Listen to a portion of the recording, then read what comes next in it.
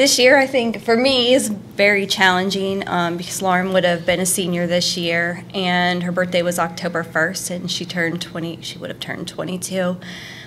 So it's a very significant year and very emotional because it is her senior year, so all the players that played with her, either on Mount St. Joe's team or Hiram, this will be the last year of girls that ever played with her in the original game to get the full impact of the day itself and the story and the journey. So for me, it's kind of been an up and down roller coaster, but I'm super excited this year with the tip-off pregame dinner that we've always done with Mount St. Joe and Hiram.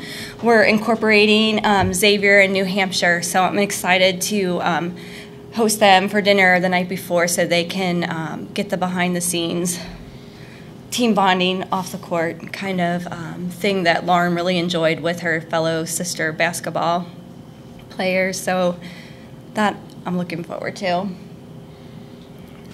Lisa, this is a tough place for you, not only because Lauren played her game here in 2014, but because there was the funeral was here as well. Yeah. When you look at this event, what does this mean for you and your family in terms of Lauren's legacy and what she did for research for pediatric cancer?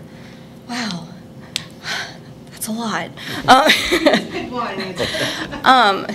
Xavier has become such like a second home, and I mean, I know Lauren wasn't a student here at Xavier, but I feel like she was an honorary student because she's so much a part of this court and this arena as she was a player on Mount St. Joe's team. And I do feel that a lot from the staff and the coaches and Coach Mack even. So I love that Xavier has been part of our journey, and there is a kinship there that will never leave our family.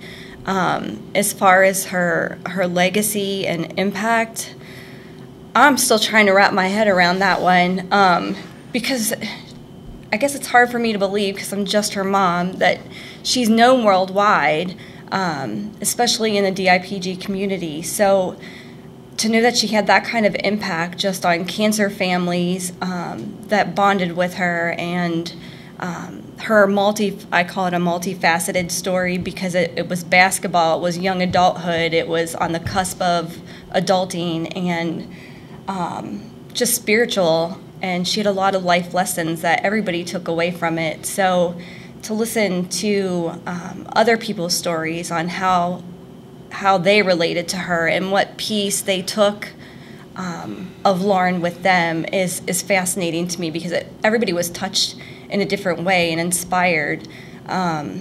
She kind of was her own force to be reckoned with, so she definitely was behind the scenes too.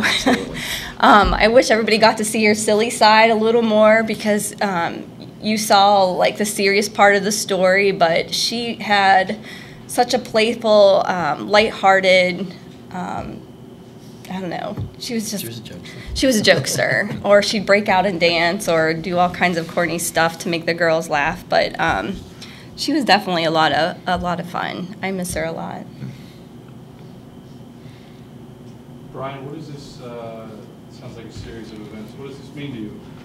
Well, I'm really excited this year because of the dinner that we're going to have at Lawrenceburg High School. And every year, as she mentioned, it goes by, there's players coming up on our team and other young people who don't know the story so well. So it's going to be good that we get to hear the people talking, the speeches, to see the Play for 22 documentary. And it's every time you go back this time of year and you think about it, you look at some of the stories, it really does still bring back a lot of inspiration.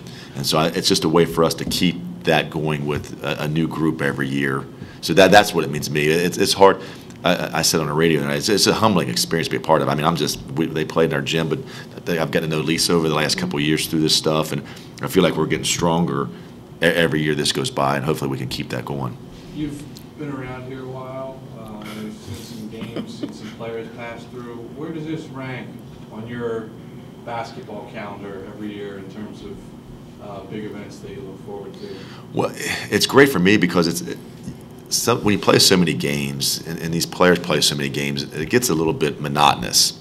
Things like this can actually get some emotion, so it's more fun to be around events where the players, where there is emotion in it.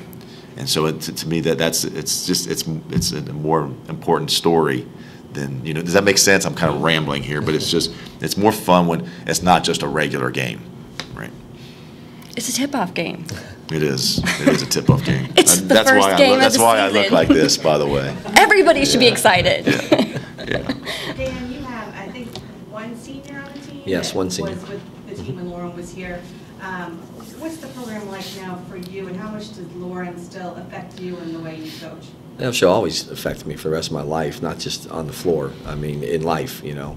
It's funny because the first year when it came around, I don't think I ever used an alarm clock, as I told people. And then this week, the same thing happened. I was waking up at 4:20, 4:22, 5:22, whatever it was, and ready to go because I knew it was a special week. But for our program, you know, we got one senior, as you said, and we're looking forward to her having a little bit of time on that floor this coming Saturday night and taking it all in. And she happens to be from the Indiana area over there, so she played against Lauren, so she knew Lauren, and that's going to be special for her.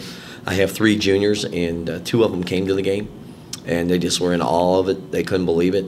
They couldn't understand at the time when they were there the atmosphere that she created and the legacy she's carrying on, and now they're carrying it on for her. And then I had, it's ironic, two weeks ago I had a girl on campus who's a senior, and she said, I remember coming to the game as an 8th grader. We took our whole team and showed up, and we couldn't believe it. You know, but for me and keeping me in the basketball arena, it's, you know, people I come across, whether it's somebody who's coaching in the NBA or somebody who's with the WNBA, or, you know, I talked to New Hampshire's head coach, you know, it has put women's basketball back on the map. What she did put them back on the map. You know, I didn't realize that until I went down to the Final Four and accepted her award for that year she had passed in April. And, you know, have people come up and say that to you. At first, you just don't understand what it really means. And then when you sit back for about 6 months and reflect on it, you're like, wow, she did. So hopefully we can carry that on as well. I know New Hampshire's pretty excited to come play Brian. They got 3 local girls coming back. And that was the first thing they asked their coach was, hey, is this the Laurel Hill Tip-Off Classic? And they said, yeah, and they couldn't wait. So I'm waiting, and Friday night we'll have some conversations and see all the excitement around that. And I think Lisa and I were talking the other day. They have 3 chapters up there in New Hampshire, I think, for the Cure starts now. So that's kind of an impact for them. And, you know, if we can keep that legacy of never give up, you know. I think Lauren, in my opinion, is the female Jimmy V. You know, she's done great things for pediatric brain cancer, but not just cancer. She's done great things for all people throughout the world. And fortunately for me, I was around it enough with Lisa and Brent. And, you know, we had people call my office and said, hey, this girl's taught me to live. Or, you know, somebody was dealing with a really rough time. I remember one phone call I had and somebody wanted to commit suicide. And they said, she saved my life. How could I take my life when this girl's struggling just to play in a game? And that's an impact I don't think people got to see because it was so surrounded by the pediatric brain cancer. And, you know, I want to share that every day because we do struggle. We all struggle. We all have struggles. And, again, you know, Coach at New Hampshire and I talked about that. Every team has struggles. I guarantee you Brian has people on his team that are going through some hardship times. And we all need each other. And I think that's another underlining story that Lauren brought out to show us, hey, don't give up on each other or anything you want to accomplish. And hugs go a long way. You talked about how Lauren was a jokester. Dan, for you, what are some stories that you remember her kind of with that silly side of her personality? Oh, there was a couple. I remember the one footage of her being in the open gym and she tripped and she just laughed and she said, I tripped myself. Well, she got tripped by a player.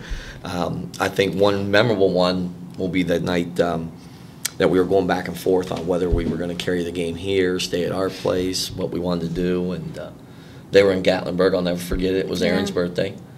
And that was a busy weekend. That was a busy one. And we got done, and you know, and Lauren, you know, she's a jokester, but you know, we all hung up and or got ready to hang up, and then I heard Lauren's voice in the background. She said, "Hold on, Coach," and I said, "Yeah, what do you need?" She goes, "I love you." And so she got me there, and then she goes, I said, "Okay, I love you." She goes, "Hey, Coach, one more thing." And I'm like, "What?" She goes, "Make sure you eat healthy," because she knew I ate terrible. She was always on me. I was always eating BW3s or something of that nature. So she was always on me like that, and she was a good jokester. Well, I can remember even like during warm-ups to the games, and the girls would be warming up, but she would not because there were, especially when it was later, so her walking was really off. But then all of a sudden, she'd be in the middle of the court, and she'd be break dancing or something like that, scooching across the floor.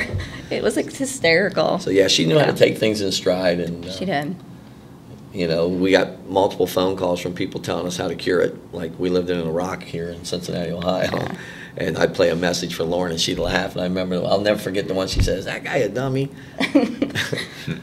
He wanted me to, what, $5 the cost of a movie or something I Yeah. could cure, and Lauren just started Crazy. laughing. "He's an idiot." And I'm laughing. I thought that was funny. Yeah, we heard everything. All in good stride. What are your expectations for fundraising through specifically this doubleheader, and where is the Cure Starts Now in terms of fundraising in general? The Cure Starts Now in general. We have 32 chapters total here in the United States. We have one in India, one in Australia.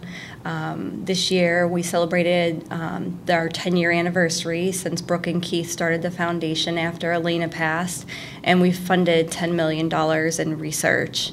And I think it was like, we've really climbed a lot in the last, grown as a foundation in the last 2 years since I've been on board with them. But to know that Lauren has funded $2.3 million just in her honor alone of the $10 million is crazy. And like I said, at one point it was $2 million in a $6 million. So like 1/3 of everything they had done up to 2 years ago was because of Lauren. So there has been, you know, she did catapult everything in research area and making people more aware of DIPG and the lack of funding for pediatric cancer overall. So on that standpoint, we are absolutely growing, and we are making progress in understanding the genomics and now working on drugs to target what we know about the cell structure itself. So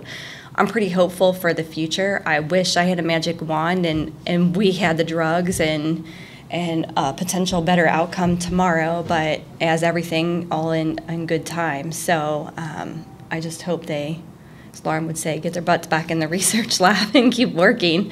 But it's very promising. Any more questions? Do you want to talk about the towels? We're giving away towels at Saturday's game. So the first 500 guests to come through the door will get a Lauren Hill Tipoff Classic towel. So that's exciting. So if you come to the game, we'll get a towel. And if people want to make donations? Layupforlauren.org is still up and running. There's merchandise out there. Bobbleheads are still available. Portraits from CF Payne, bracelets, DVDs of Play for 22, so you could hear a whole hour's worth of talking. But it's a good. I like it. It's exactly what she wanted it to be. So. Thank you. Thank you.